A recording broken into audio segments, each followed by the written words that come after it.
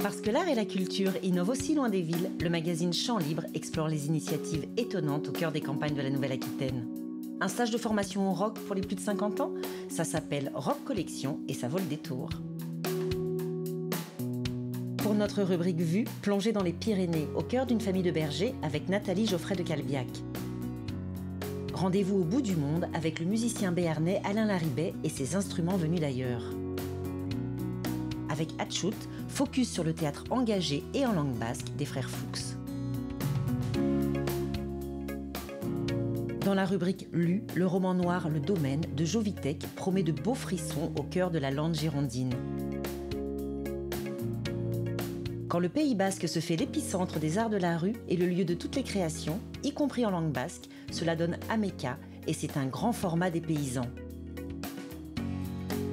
Chant libre, loin des villes, le magazine des arts et de la culture en Nouvelle-Aquitaine, ça commence.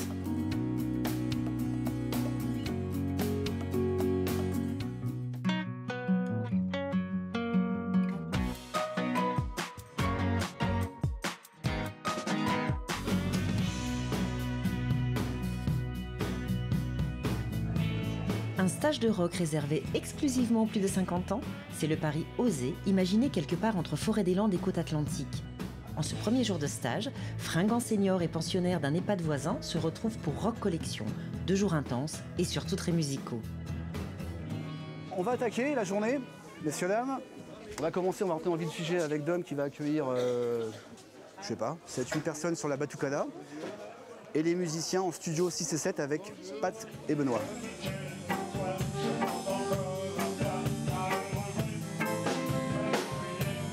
On travaille beaucoup sur la petite enfance, les ados, ou le public on va dire large, et très peu finalement sur le public un peu, pas vieux mais un peu adulte. Et on a souhaité communiquer un peu et aller vers ce public-là, qui a aussi le droit d'écouter de la musique, de pratiquer, de se fédérer, de voir des gens, enfin, de jouer ensemble. Donc on a baptisé ce stage un peu interdit aux moins de 50 ans, pour vraiment cibler un public un peu plus adulte, puisque voilà, ils ont grandi avec les Beatles, les Stones, et on s'est dit pourquoi pas aller à la rencontre de ce public-là.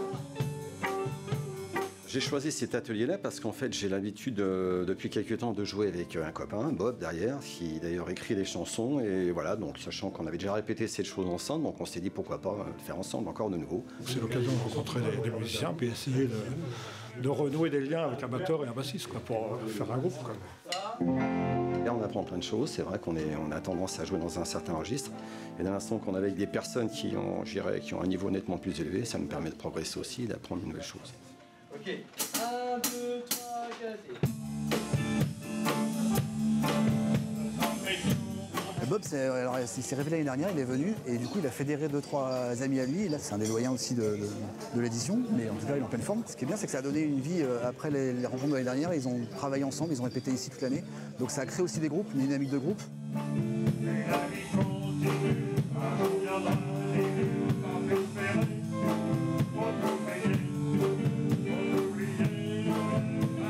Pendant que Bob et sa bande s'adonnent au rock, d'autres s'initient au rythme brésilien.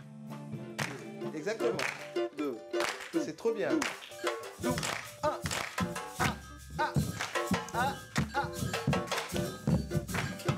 1. Oui. Trop bien. 1, 2, boum, 1. Le tambourin. Et non. 1, 2. C'était magnifique parce qu'ils ont été ouverts. Principalement les plus âgés qui ont été dans un fauteuil roulant, ils ont très bien compris le rythme et leur rôle dans la batucada et j'étais très content.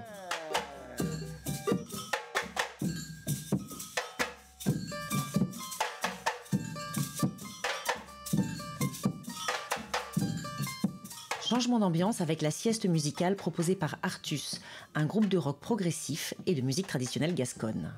Notre idée de départ, c'était de se retrouver dans une énergie de ce qui existe presque plus aujourd'hui, c'est ce qu'on appelle les veillées, les béliades en occitan, qui pouvaient être contées, chantées, musicales.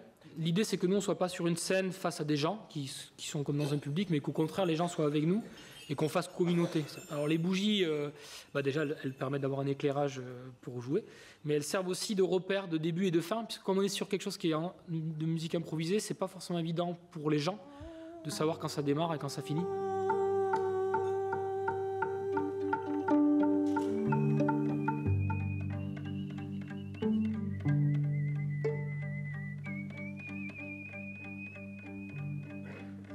J'avais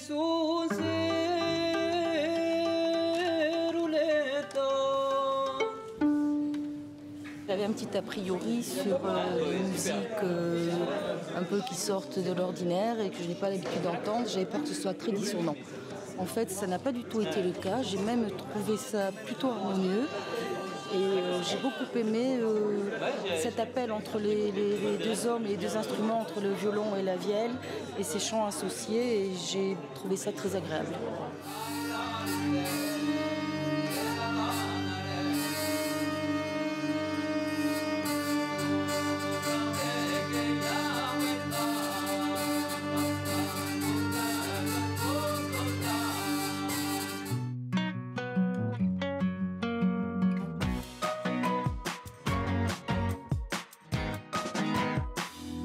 Avec la rubrique Vue, découvrez l'univers d'un photographe.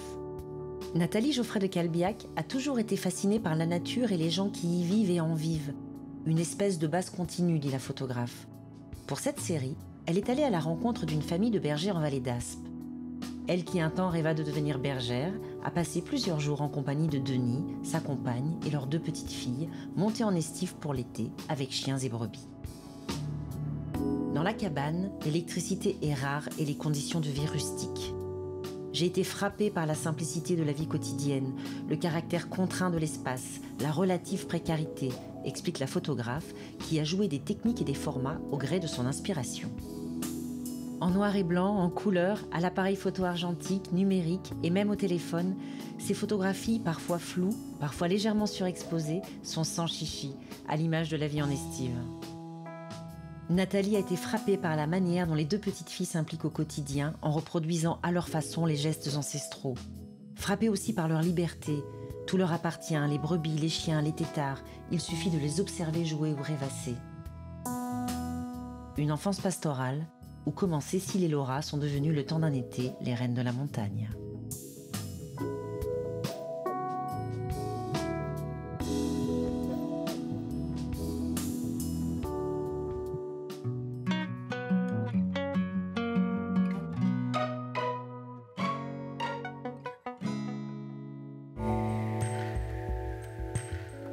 Depuis les montagnes béarnaises, connexion immédiate avec les musiques du monde d'Alain Larribé. Je suis quelqu'un qui m'amuse à écouter les sons du monde. Voilà, c'est pas un métier, c'est juste, je me mets à l'écoute des sons du monde, des humains et de la nature. J'ai passé toute mon enfance là-haut dans les montagnes, et en train de m'occuper des brebis, comme on dit chez nous, de las oveillas et des vaches. Et après, la vie m'a mené à travers le monde, à travers la rencontre des peuples du monde. Moi, je suis du Béarn, d'un petit village qui s'appelle Agnos, à côté dans le Béarn. Et je m'amuse aujourd'hui, je dis ça, je m'amuse aujourd'hui à voyager à travers la France et même le monde avec mes sons que je transmets avec ma voix ou avec des instruments du monde comme le doudouk, comme l'harmonium indien, le louchi, le hang, différents instruments du monde que j'utilise. J'ai beaucoup voyagé à travers l'Afrique. C'est un continent qui m'a toujours appelé depuis que je suis petit. Quand j'étais enfant, un jour j'ai vu une grande malle arriver chez moi marquée Madagascar. Oh, qu'est-ce que c'est que ça, Madagascar? Et un jour, à partir de 20 ans, j'ai commencé à voyager, le Maroc, après le Mali, pas mal de pays en Afrique. Comment je suis arrivé de mon Béarn de l'autre côté de la montagne? C'est qu'un jour, sur le flanc de la montagne, j'ai vu las oveillas, les brebis, des blanches et des noires, et sur ce vieux sentier est dessinée une partition, dont une mélodie qui en est sortie, et cette mélodie m'a mené de l'autre côté de la montagne, à la rencontre de ces peuples. Je ne suis juste qu'un passeur de ce que je reçois.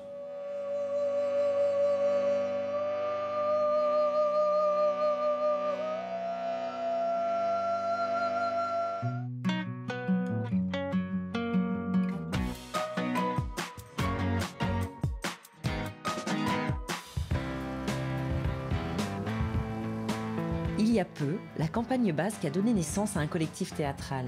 Leurs fondateurs, 2 frères, ont fait le choix de créer sur le territoire basque et en langue basque. Il fallait oser. Hachout, le nom de leur collectif, signifie d'ailleurs chiche. On les conduira à peu près, c'est l'ouest. On est chez moi avant de travailler pendant près de 25 ans dans une grande équipe qui s'appelle le Petit Tas de Pain. Et après avoir sillonné la France et une partie de l'Europe, on a décidé de recentrer notre travail, notre humanité finalement, ou en tout cas la façon dont on envisageait l'art avec les gens, les habitants et le sens que ça avait. Ce qui est important pour moi, plutôt que de monter des spectacles en langue basque, c'est de pouvoir exercer mon art dans ma langue, donc en basque. Du théâtre en basque, comme ici, avec Zazpi Zenideko, un spectacle qui met en scène 7 histoires de fratrie déchirées par l'absence. 7 histoires d'après des témoignages de proches de Banesh et Chimoun.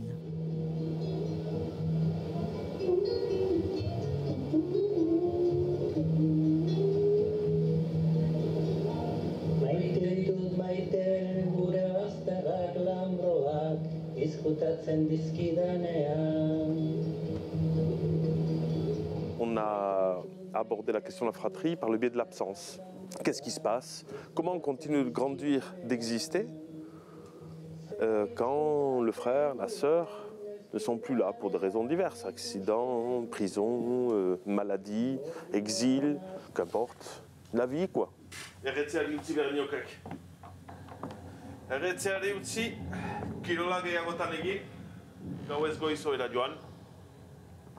Pintatzen hasi berriz, disiplina badakik, disiplina erronka bat izatearen.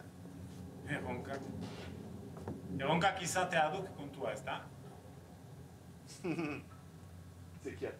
Sur ce spectacle-là, ce qui importe le plus, c'est ce que les gens nous ont livré de leur intimité, tout en sachant qu'on allait jouer à travers le Pays Basque.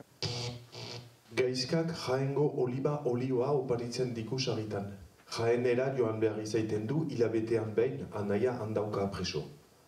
Lesakarada, Nafara, Gubeza. Ce sont des histoires qui sont des histoires d'ici, des histoires du Pays Basque, donc très en lien avec un conflit très fort, très violent, mais pas que. Pas que, il y a des histoires très banales qui peuvent se passer un peu partout et finalement elles parlent à tout le monde. Si ces histoires parlent à tout le monde, ce soir à Cambo, elles résonnent d'une manière toute spéciale. Aupa Simon eta Banesh, nola zaizte anaiak. Horra gure aldetik, San eta Amaiarekin joan den asteburuan egin dugun bisitaren berri. 28 oren pasatu ditugu elgarrekin, aizpa eta anaiarekin. Beste deus egin gabe, beste inora joan gabe. Joaneko presondegiak senideei onartzen dien sokotik atera gabe. Izan untxa lagunak, anaitasunez eta maitasunez. Lorentza. Le public qui était là ce soir était là pour voir le spectacle et en même temps pour une raison particulière, et étant donné le fait qu'on jouait pour Lorentza Berric, donc qui est en prison depuis un paquet d'années. Pour moi, Lorentza est aussi une sœur, donc c'est forcément particulier. Donc il y a une séquence qui a été écrite par Lorentza, ma sœur, et de voir notre histoire comme ça mise en scène, bon, c'est un sentiment étrange d'un côté, mais nous on a toujours eu le souci de partager ce qui se passe, parce que l'emprisonnement de Lorentza, c'est pas juste une personne isolée, c'est l'histoire de beaucoup de familles au Pays Basque, et on a aussi un devoir de transmission de notre histoire aux générations futures. Pour vous dire la vérité, c'est la 3e fois que je le vois et la 3e fois que je pleure. C'est vraiment bouleversant et très touchant et ça parle d'une réalité qui est quand même pas facile, mais c'est réel. Et Bikaina, Ileshker.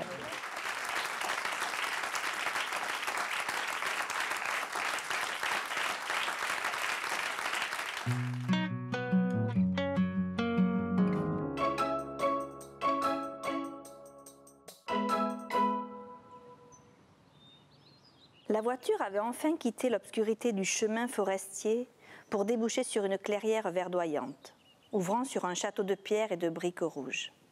Un petit château, certes, mais plus grand que la plupart des demeures bourgeoises où sa mère avait travaillé ces dernières années.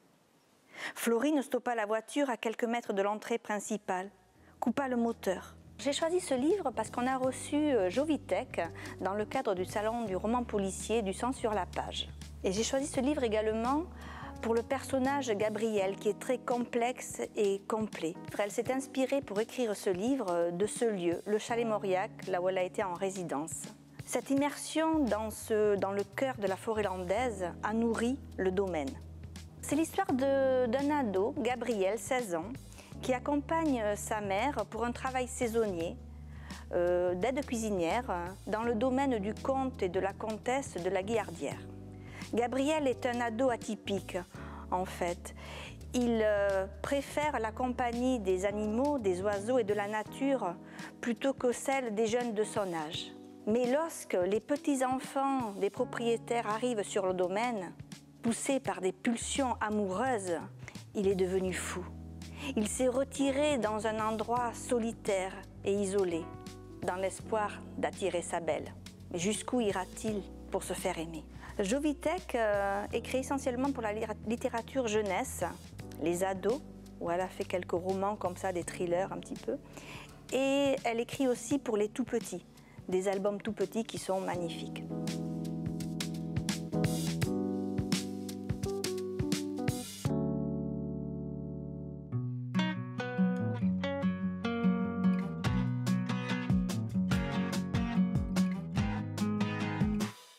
Et si les arts de la rue et le théâtre en langue basque avaient trouvé leur paradis? C'est en tout cas ce qu'essaie de proposer Ameka, un lieu de fabrique né en milieu rural et qui ne cesse de s'étendre au Pays basque. Ici se créent et se répètent des spectacles de danse, cirque, théâtre ou des formes hybrides qui bientôt seront joués partout en France. On est à la salle culturelle Arichouli de Lousoa au Pays basque. C'est une salle culturelle, donc une salle de spectacle, qui a été construite il y a 20 ans dans le tout petit village, de Lousoa. Aujourd'hui, cette salle est devenue le siège de la fabrique des arts de la rue et du théâtre en langue basque, Ameka.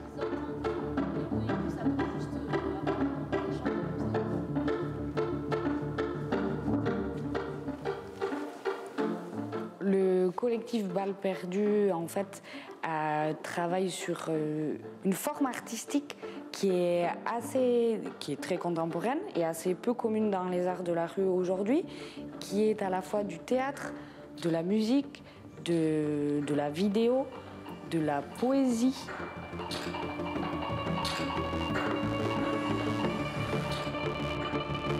J'ai peur de mourir avec des oreilles de Mickey. Mon rêve n'est pas à vendre. J'ai lu le mot Sitting Bull avant Hollywood. Né, là, à quelques pas de là. Lutte, pays d'aborigènes et de Sitting Bull. Donc Gora, en fait, c'est l'histoire de Manu. Et Manu, c'est l'auteur qui a écrit ce texte, qui fait partie du collectif, qui a grandi au Pays basque et qui a vécu dans les années 90 dans un territoire qui était en lutte et qui donc revendiquait une langue, une culture et une indépendance. Et ensuite, pourquoi un selfie au milieu des Sioux? C'est que le regard de l'enfant voyait ces Basques-là comme des Sioux. Là, on part du réel par rapport à ce qu'il nous a raconté, il y a une histoire. Mais en vrai, Gora, c'est un conte, un road movie entre les cow-boys et les Indiens, quoi. Je grandis dans un univers qui est plutôt Petit Bayonne et où beaucoup de propagande s'affiche sur les murs, se tag pour raconter un peu un Pays basque en révolte de cette époque-là. Je suis gamin, j'ai 12 ans, je suis avec mon petit skate et je collectionne les autocollants, je garde les affiches et je regarde tous ces graffitis avec beaucoup d'admiration. Je suis fasciné par cet univers esthétique-là et du coup je questionne un peu ce rapport-là aux images de politique qui peuvent te construire et moi j'ai l'impression que j'ai été un peu construit par ça.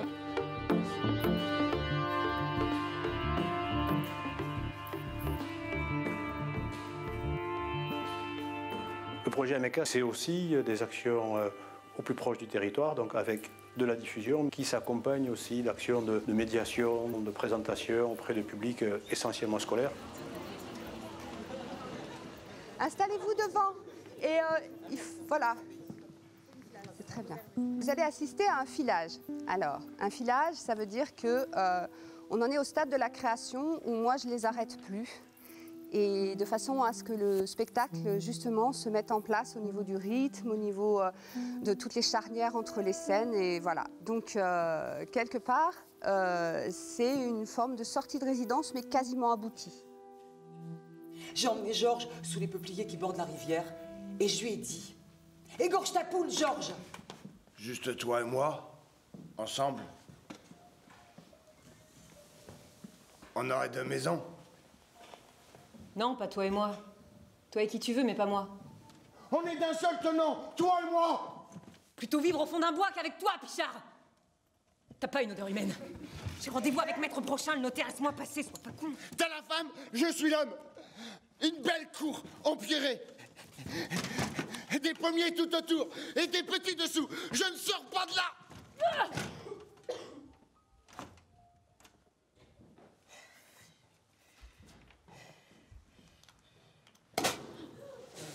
Ce garçon, le pire, je le connaissais pas. Tellement j'étais contente, je croyais m'évanouir. Jamais je n'avais été nue dans les mains de quelqu'un. Depuis mes premiers jours, à peine emboîtée, pour la première fois de ma vie, emboîtée. Fixer un homme, souder un homme à peine. Le chauffeur de l'auto entre. Il entre brusquement, se met au volant et vroom, démarre. On va maintenant être disponible pour vos questions. Et puis, voilà, toutes les questions que vous pouvez poser, si vous en avez envie. Oui. Est-ce que vous avez travaillé avec des metteurs en scène qui sont dans le coin ou d'autres compagnies pour échanger sur votre travail préparatoire à cette pièce? Donc vous êtes nos premiers retours sur la globalité, vraiment le spectacle qui se déroule du début jusqu'à la fin. En général, ce type de spectacle, c'est 3-4 mois de répétition. Voilà.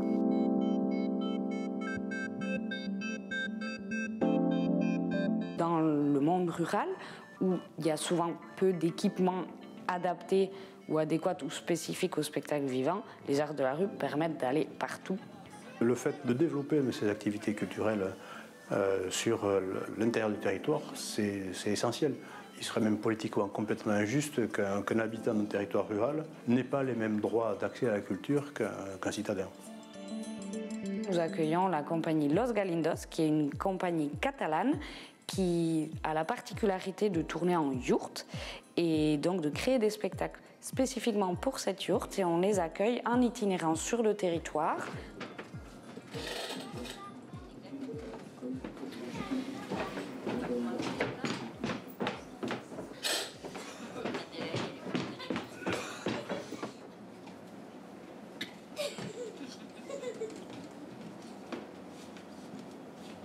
Ameka nous a proposé de faire un petit tournée dans 3 villages.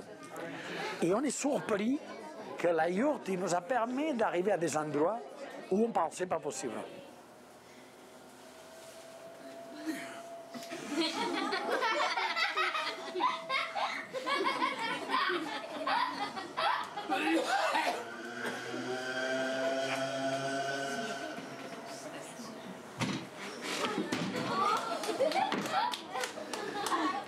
On a réalisé que le fait de créer les propres espaces, ça permet de générer un lieu là où il n'y en a pas.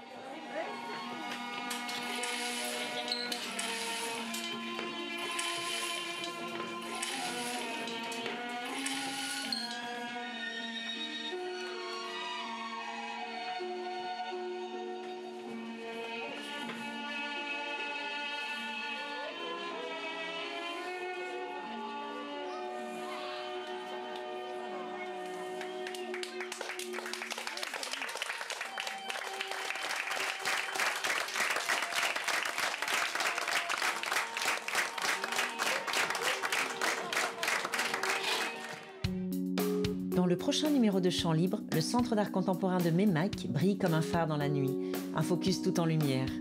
Dans notre rubrique Vue, c'est la journée du cochon avec Christian Bellotto. Rendez-vous au bout du monde depuis le Pays Basque avec 12 courts-métrages autour de l'exil.